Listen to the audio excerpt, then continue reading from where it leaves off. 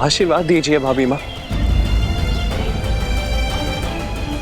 कि आपका पुत्र भैया के सौंपे कार्य को पूर्ण कर सके।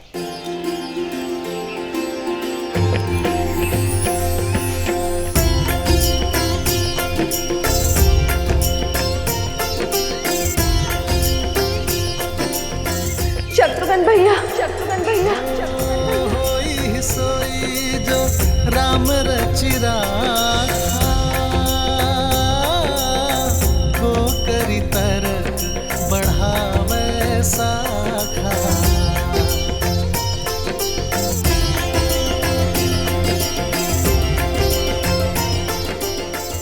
कैसे है मेरे श्री राम? राम सिया राम जय जय राम। राम सिया राम जय जय राम। राम सिया राम जय जय। धन्य है आप दोनों। आत्मा के बिना प्राण कैसे होते हैं। आप यहाँ आश्रम में वनवासी का जीवन जी रही हैं, अभावों में रह रही हैं, और वहां राम भैया अपने महल में सन्यासियों का जीवन जी रहे हैं। दिन भर प्रजा और परिवार के कार्यभार संभालते हैं और फिर अपने कक्ष में आकर वल्कल लपेट लेते हैं। राजसी भोजन त्याग कर फल आदि का सेवन करते हैं। अयोध्या के प्रतापी महाराज से आपके पति बन जाते। कोई कुछ कहता नहीं है भाभी माँ, किंतु सब जानते हैं कि भैया का केवल तन वहां है, उनकी आत्मा यहां आपके साथ है। आपकी पीड़ा उनके त्याग में झलकती है। राम सिया राम सिया राम सिया राम। प्रेम और समर्पण की पराकाष्ठा है मेरे श्री राम। प्रेम के बिना समर्पण असंभव है भाभी माँ। ये त्याग तभी हो पाया क्योंकि आप दोनों का प्रेम असीमित है।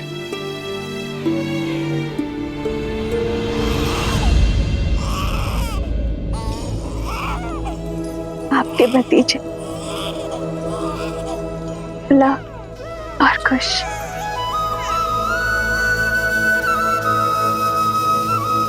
भाभी माँ, क्या मैं उन्हें देख सकता हूँ?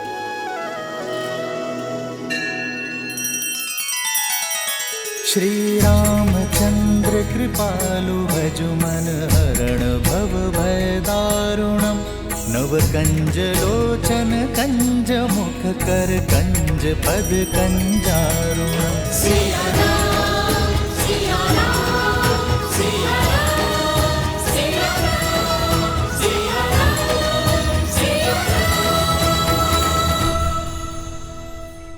युगल पुत्र पूरा सिया परिवारा। प्रबल आनंद शत्रुघ्न जो पारा।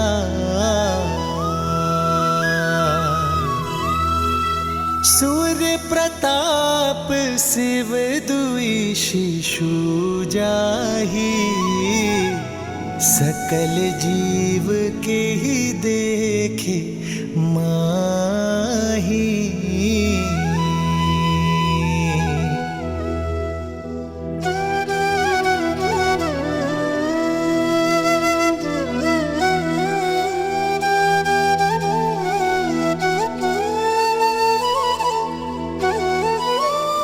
अब आज्ञा दीजिए भाभी माँ। रुकिए भैया। सूर्य वंश के इन सूर्य का तेज अयोध्या तक नहीं पहुंचना चाहिए। आप किसी से कुछ नहीं कहेंगे भैया।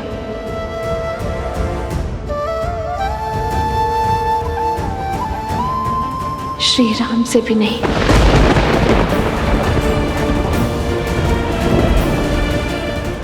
क्यों भाभी माँ?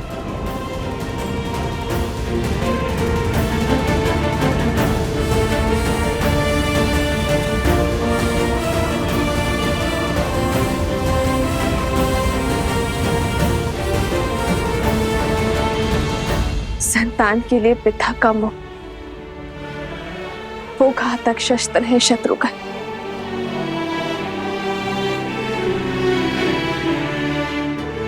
जो बड़े से बड़े तपस्वी का भी तब भंग कर देता है। यदि मेरे श्री राम के मन में अपनी संतान के लिए प्रेम जागा तो कहीं उनका तप भंग ना हो जाए शत्रुघ्न। और मैं नहीं चाहूंगी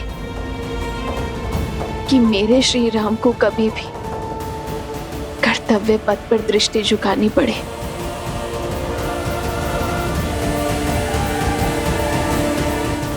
आपके आदेश का पालन किया जाएगा भाभी माँ। अब मुझे आज्ञा दीजिए। तेरी जय जयकार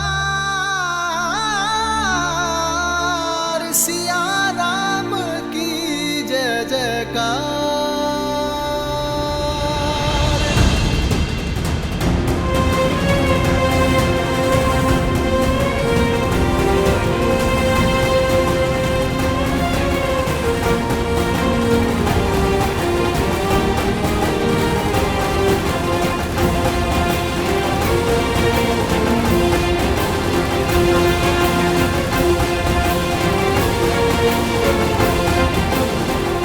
श्री राम।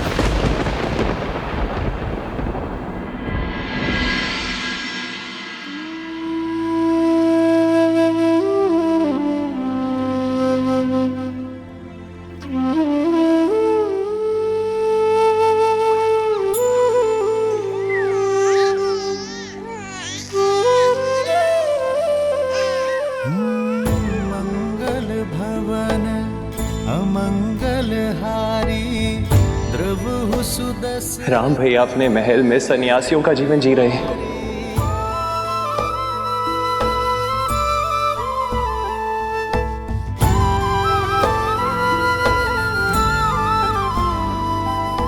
राम सिया राम जय जय राम। राम सिया राम सीते,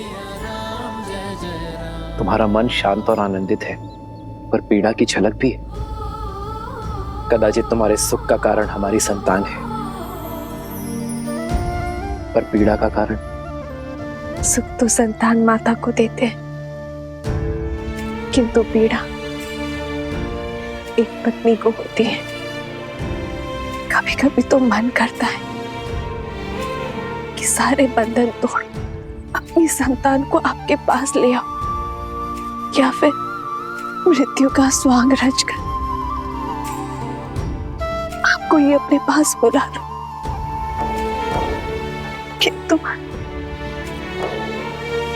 किंतु तुम जनक की पुत्री हो, राम की अर्धांगिनी हो, रघुकुल के पुत्र वधू हो।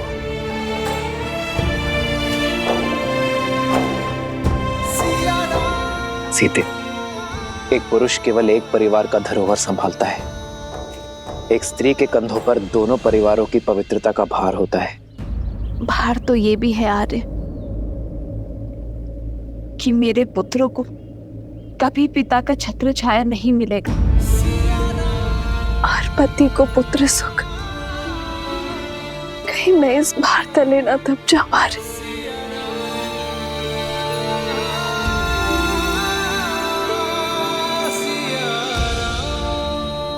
भार स्वार्थी होता है सीते, उद्देश्य निस्वार्थ। ये लड़ाई केवल हमारी संतानों के लिए नहीं है, समाज के लिए है, पाप के निवारण के लिए। पाप पुण्य की एक गाथा ने हमारे जीवन को क्या से क्या बना दिया है। क्या कभी पूर्ण रूप से राक्षसों का अंत हो सकता है? राक्षस होना परंपरा नहीं है सीते, प्रवृत्ति है। दुर्गुणों और लालसा से भरा हर मन राक्षस होता है। यदि ऐसा ना होता तो ना ही मधु ऋषि के घर लवणासुर जन्म लेता और ना ही रावण का भाई विभीषण होता। जैसे जैसे समाज में वित्तीय आस्था और संतोष की वृद्धि होगी, वैसे वैसे ये राक्षसी प्रवृत्ति पाताल में गिरती चली जाएगी। समस्त कोसल राष्ट्र शुद्ध हो जाएगा, तब ये नियति हमें पुनः अवश्य मिलवाएगी।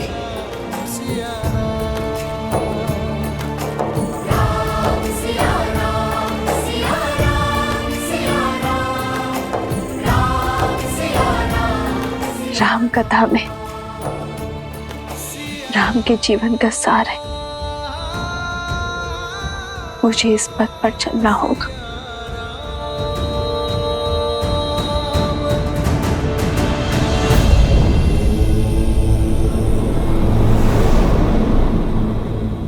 माता सीता अगर अयोध्या में होती तो लव और कुश का लालन पालन उनके लिए कितना सरल होता ना। अब यहाँ आश्रम में अयोध्या की महारानी को शरण लेनी पड़ी है। पुत्र गणेश, इस संसार में हर स्थिति का महत्व होता है। देवी सीता की इस स्थिति का महत्व है अपने पुत्रों को सुसंस्कार देना और लोक अपवाद से उनकी सुरक्षा करना। गणेश, जैसे तुम्हारी माता आदि शक्ति संसार की कारण शक्ति है, देवी सरस्वती संसार की ज्ञान शक्ति है, वैसे ही देवी लक्ष्मी संसार की पालन शक्ति है। अब तुम ही सोचो, जो समस्त संसार का लालन पालन करती हैं, जब वो इन विषम परिस्थितियों में मानव अवतार में सीता के रूप में अकेले अपने दोनों पुत्रों का लालन पालन करेंगी, तो उनके दोनों पुत्र कैसे प्रखर होकर निखरेंगे।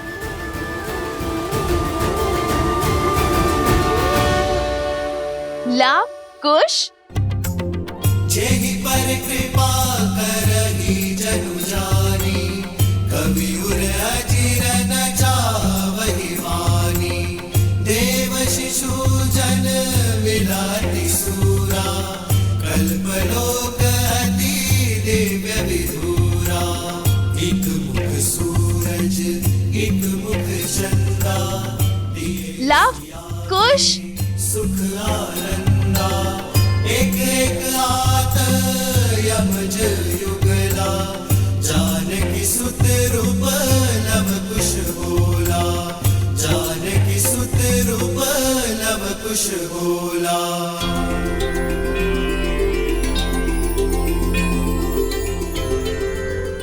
लव और कुश ने सभी वेदों को बालपन में ही कंठस्थ कर लिया था, परंतु एक और वेद भी था जिसे उन्होंने भली भांति कंठस्थ किया, और वो था मर्यादा पुरुषोत्तम श्री राम की जीवन कथा।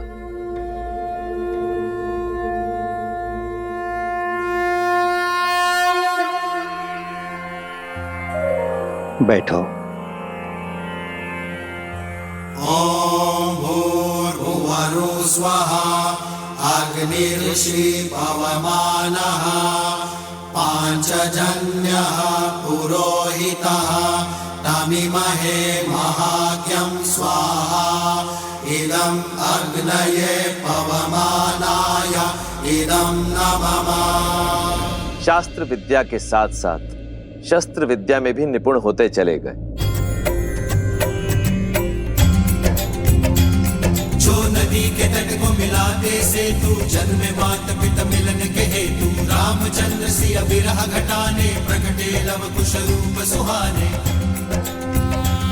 जो नदी के तट को मिलाते सेतु, जन्म मात पिता मिलन के हेतु। रामचंद्र सिया विरह घटाने, प्रकटे लव कुश रूप सुहाने। जहां एक और लव कुश अपनी माता सीता के सानिध्य में महाप्रतापी राजा राम के गुणों को ग्रहण कर रहे थे, वहीं दूसरी ओर मर्यादा पुरुषोत्तम श्री राम सीता की स्मृतियों के सहारे, परंतु अपने पुत्रों के अस्तित्व से अनभिज्ञ अयोध्या के राजा होने का दायित्व निभा रहे हैं। अपने त्याग और सामर्थ्य से राम राज्य स्थापित कर रहे हैं।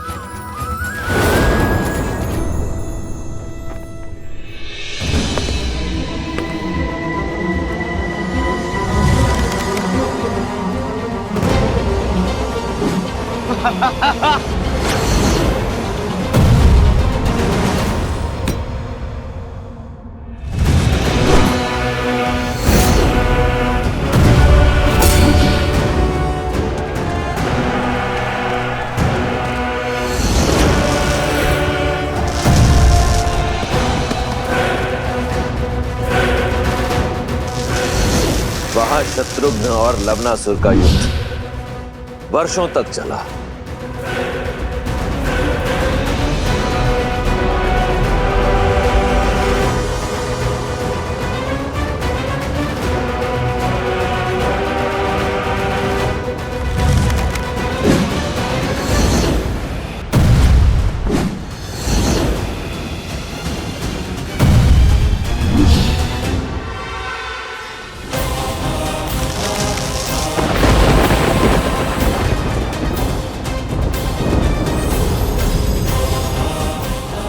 ये अस्त्र मुझे ऋषि अगस्त्य ने दिया था और आज ये अस्त्र मैं तुम्हें सौंप रहा हूं शत्रुघ्न। कदाचित नियति ने इस अस्त्र पर लवनासुर का ही नाम लिखा है और आज ये अस्त्र अपना कर्तव्य निभाने के लिए सज्ज है।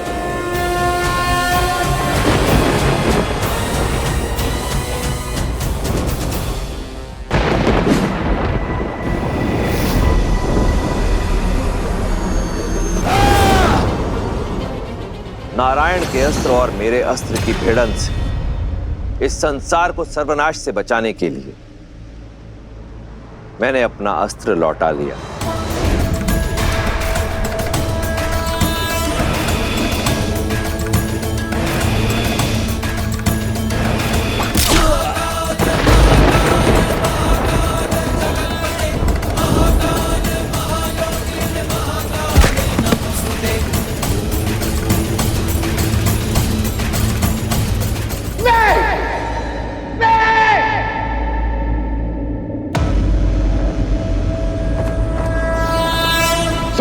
रावण का यह अस्त्र निस्तेज होकर नहीं गिर सकता।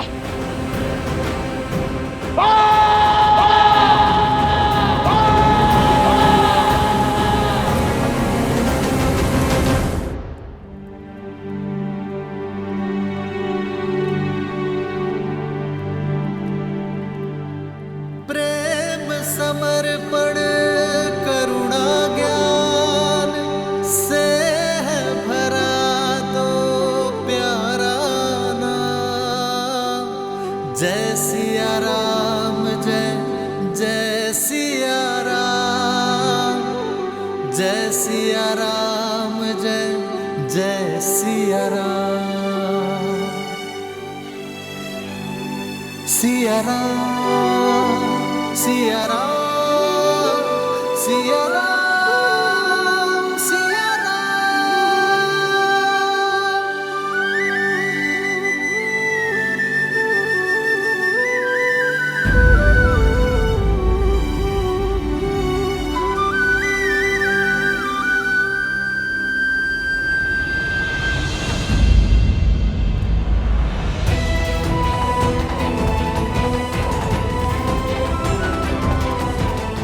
आओ लक्ष्मण।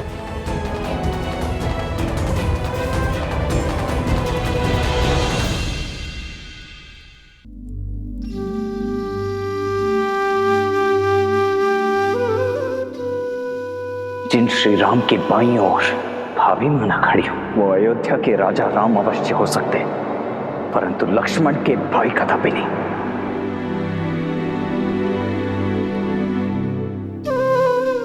बोलो लक्ष्मण, यदि मन की बात मन में ही रह जाए तो पीड़ा अधिक होती है। अपनी पीड़ा को तो अपना क्रोध बनाकर आप पर उड़ेल दिया है मैंने। आपसे विद्रोह किया, आपसे दूर रहा, परंतु आपने अभिमान से विरह और मेरे क्रोध की पीड़ा को सदैव सहन किया। आज भी कर रहे हैं। सीता से विरह तो तब होगी ना जब हम मन से दूर हो जाएंगे। सीता मेरी श्वास है लक्ष्मण, और श्वास मृत्यु के बाद ही दूर होगी शरीर से।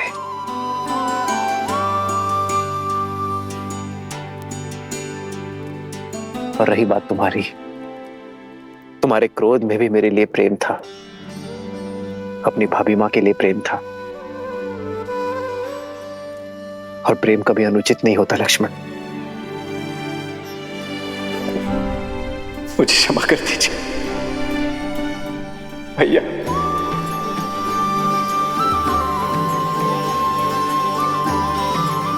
क्षमा कर दीजिए भैया। लक्ष्मण उठो।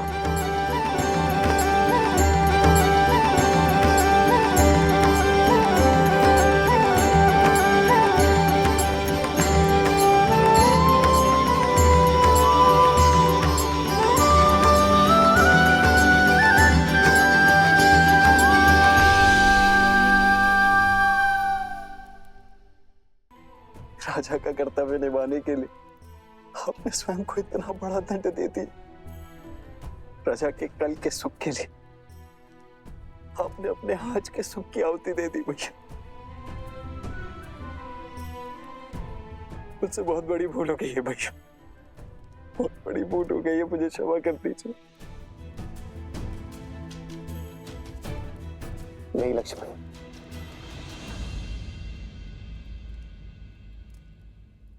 जितना दुख मुझे सीता के बिछड़ने का था, उतना ही दुख मेरे लक्ष्मण को स्वयं मुझसे दूर जाते देखने का था।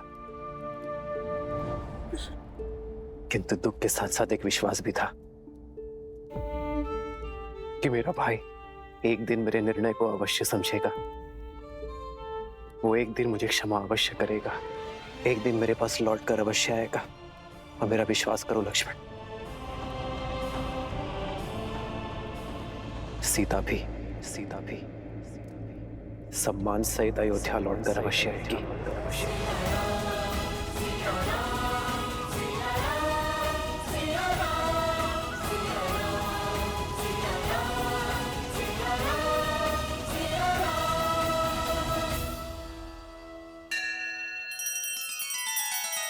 श्री रामचंद्र कृपालु भजु मन हरण भव भय दारुणम नव कंज लोचन कंज मुख कर कंज पद कंजारुणम।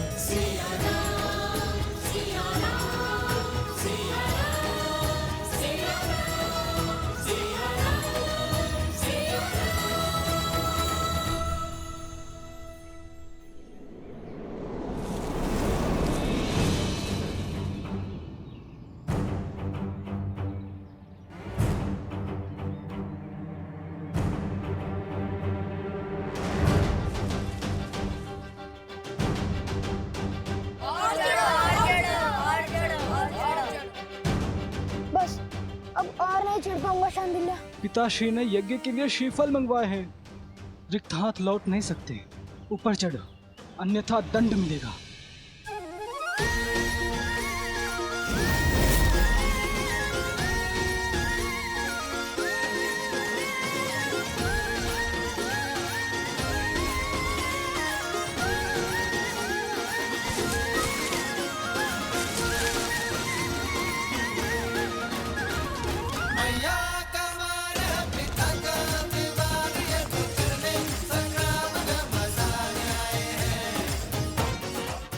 कुमुदनी, कहाँ चले गए ये दोनों? कहीं दिखाई नहीं दे रहे। माता आ गई।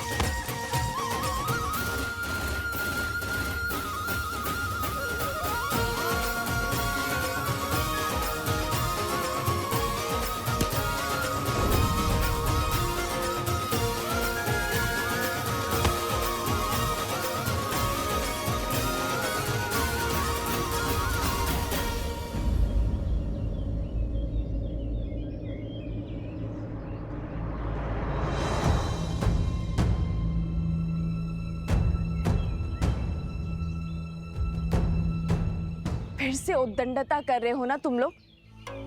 नहीं मानोगे ना तुम दोनों? आज तो तुम्हें दंड देकर ही रहूंगी। कुश, नीचे आओ। नहीं, मैं नहीं आऊंगा। अब दंड दोगी। ऊपर रहकर क्या दंड से बच जाओगे? मैं भी देखती हूँ कि कैसे नहीं उतरते।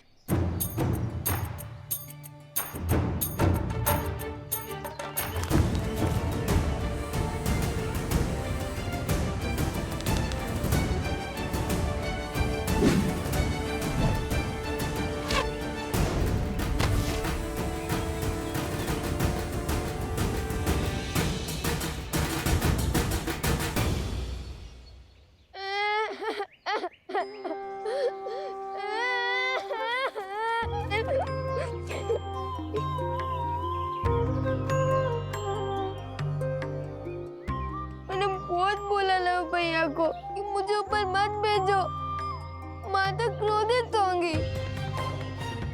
फिर उन्होंने मेरी एक ना सुनी। बड़े भैया का आग्रह था, वरना मैं और इतना बड़ा दुस्साहस। रोना बाद में, पहले दंड लो। जब डांटने का उद्देश्य पूरा हो गया, मैंने रो भी लिया। फिर क्यों डांटना? जो नहीं रो रहे हैं उन्हें डांटिए ना।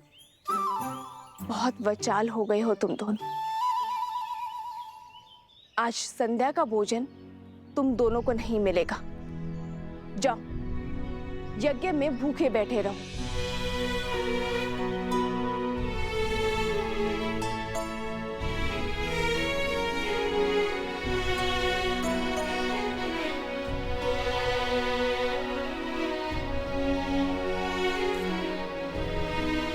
वन देवी, लवकुश आपके सामने यूं ही ब्रज पर चढ़ गए, आपको भय नहीं लगा? यदि उन्हें कुछ हो जाता तो? माता की सबसे बड़ी पूंजी होती है संतान, और जब माता को अपनी संतान की योग्यता पर संदेह लगने लगे तो समझ जाओ कि उसे संदेह अपनी दी गई शिक्षा और संस्कार पर है। ओम भूर्भुवस्सुः तत्सवितुर्वरेण्यं भर्गो देवस्य धीमहि धियो यो नः प्रचोदयात्।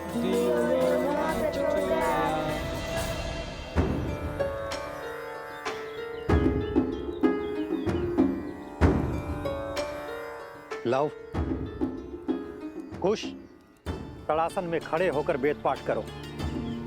यही दंड है तुम्हारा। जी गुरुदेव।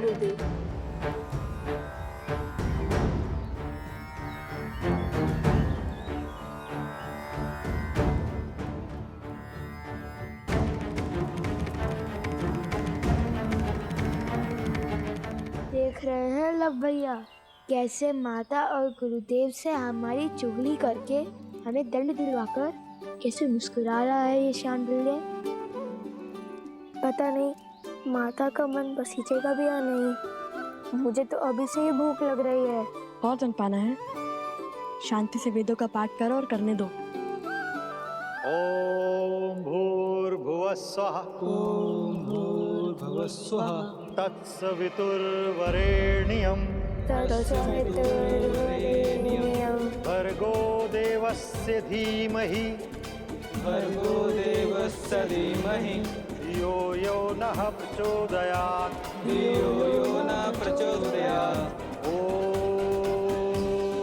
ओम भूर्भुवस्सुः तत्सवितुर्वरेण्यं भर्गो देवस्य धीमहि धियो यो नः। अरे देखो तो, कितनी चींटियां चढ़ गई हैं तुम्हारे पैर पर। जाओ, पैर धो लो और अपनी माता से कहो औषधि लगा दे।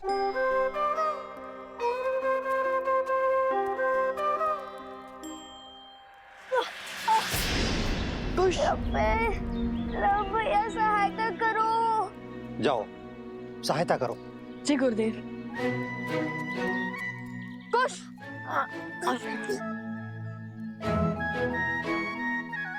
बहुत पीड़ा हो रही है गुरुवर। क्या भैया मुझे कुटिया तक छोड़ सकते हैं? जाओ।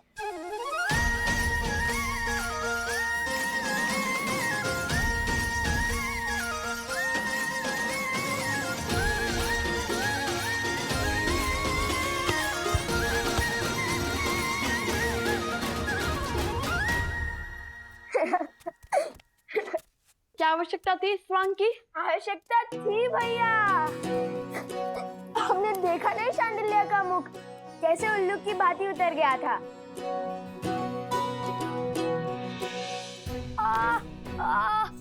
पैर। अरे अब क्या हुआ? बहुत पीड़ा हो रही है। क्या हुआ?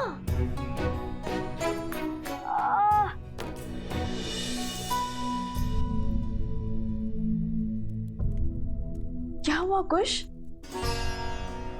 कैसे हुआ ये सब? तारासन में खड़े खड़े वेदों का पाठ कर रहे थे, तभी चींटियों ने काट लिया इसे। कितनी पीड़ा हो रही होगी ना। मैं औषधि बनाती हूँ जिससे तुम्हारा कष्ट छूमंतर हो जाएगा।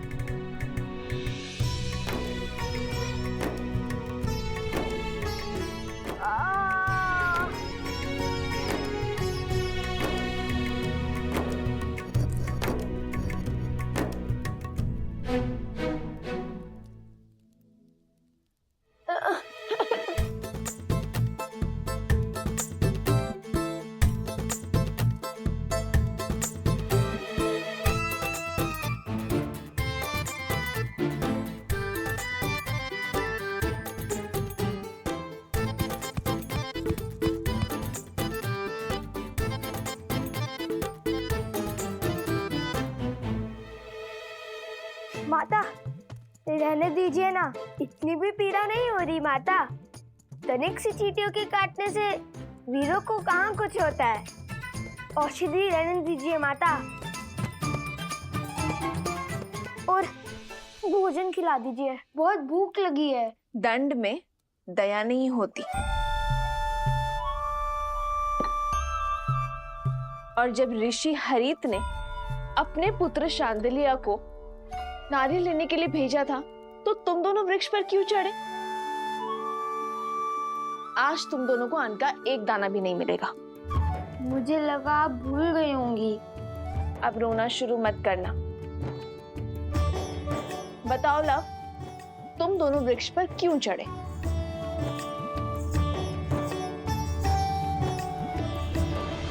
हम ये जो पूंछ लगाकर घूमते रहते हैं ना, उसके कारण आश्रम के सभी बालक हमारा उपहास उड़ाते हैं, वानर वानर कहते हैं।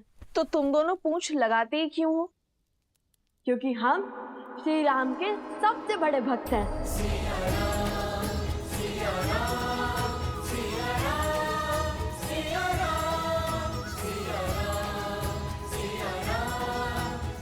हनुमान जी से भी बड़े भक्त हैं। इसलिए पूंछ तो लगानी ही पड़ती है ना। तो इसका शांडिल्य से लड़ाई का क्या संबंध है? और तुमने उसके कार्य में बाधा क्यों डाली? माता, भ्राता शांडिल्य बड़े ध्रुव हैं, सदा हमें छेड़ते रहते हैं। उन्होंने हमें चुनौती दी थी कि यदि हम श्री राम के सबसे बड़े भक्त हैं तो उन्हें उड़कर दिखाएं। और पता है सोमकरण ने क्या कहा? हनुमान जी के पिता तो स्वयं पवन देव हैं। तुम्हारे पिता कौन है बताओ?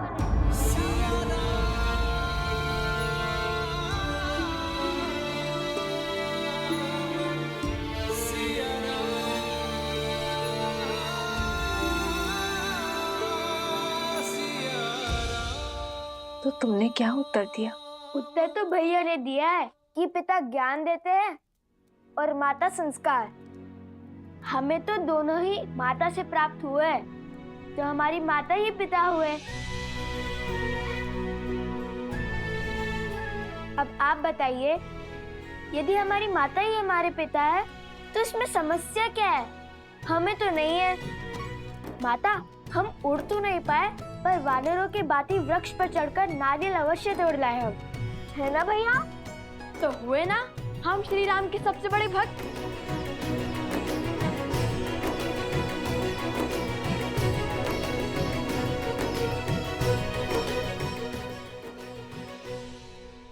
नहीं, तुमने केवल वीर हनुमान की नकल की है।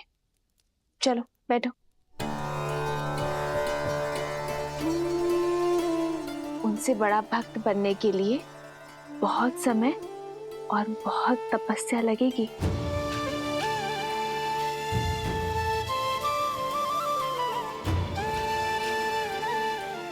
चलो भोजन करते हैं।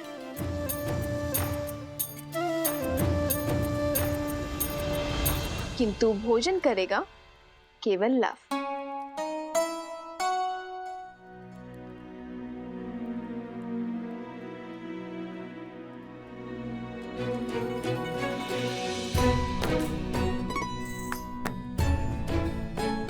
किंतु तुम्हारे दंड का क्या? तुम भोजन नहीं खा सकते। मैंने तो सिर्फ मुंह ही खोला था, किंतु ग्रास तो माता ने खिलाया है। दंड में मुंह खोलना अपराध थोड़ी ना है ना? है ना? है ना? है ना? मैंने क्षमा किया तुम दोनों को।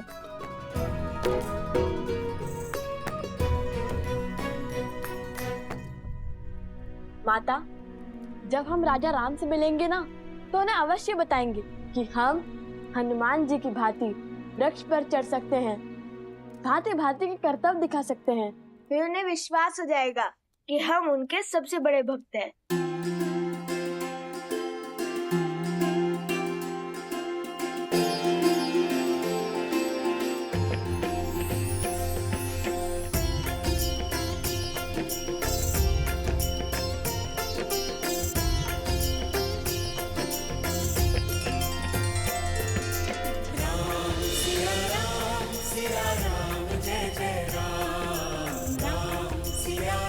बस आस है तो उस दिन की जब ये आपसे मिलेंगे अपने पिता और आराध्या से। कुमार शत्रुघ्न की, राजकुमार शत्रुघ्न की, राजकुमार शत्रुघ्न की, राजकुमार शत्रुघ्न की, राजकुमार शत्रुघ्न की, राजकुमार शत्रुघ्न की, राजकुमार शत्रुघ्न की, राजकुमार शत्रुघ्न की।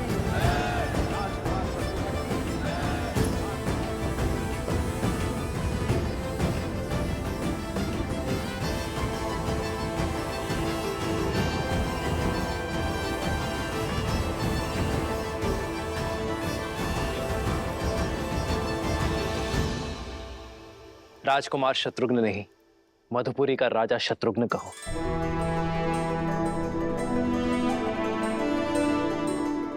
मधुपुरी राज शत्रुघ्न की।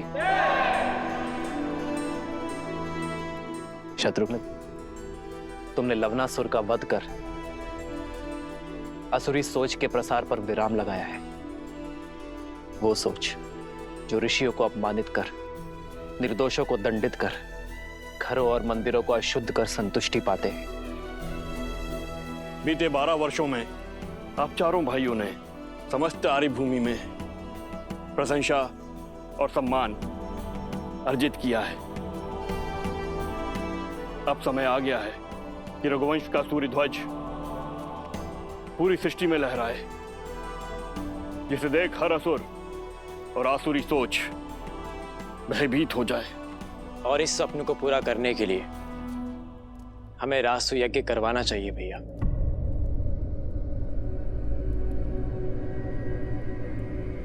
नहीं भरत,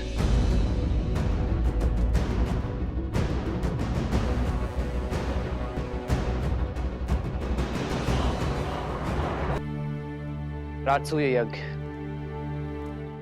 अर्थात हर राज्य का राजा बन जाना, हर राज्य का राजा हमारे आगे नतमस्तक हो, बल से हमारी सत्ता स्वीकार करे। किंतु ये मुझे स्वीकार नहीं है भरत।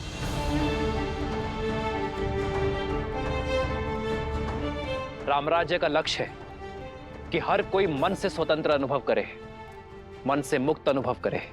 किसी का राज्य छीनकर मैं धर्म का प्रतीक अयोध्या का पावन ध्वज नहीं लहरा सकता भरत। जिस राज्य का राजा सहर्ष हमारी नीति स्वीकार करता है, उसे सुख से राज्य करने का अधिकार अवश्य होना चाहिए। हमें केवल मित्रता और संधि की चाह है, और इसलिए मैं राजसूय यज्ञ के लिए सज्ज नहीं हूं, किंतु राजगुरु वशिष्ठ की बात उचित है। हमें सूर्यवंश की छत्र छाया समस्त भारतवर्ष में फैलानी चाहिए। भैया किंतु ये होगा कैसे? अश्वमेध यज्ञ से।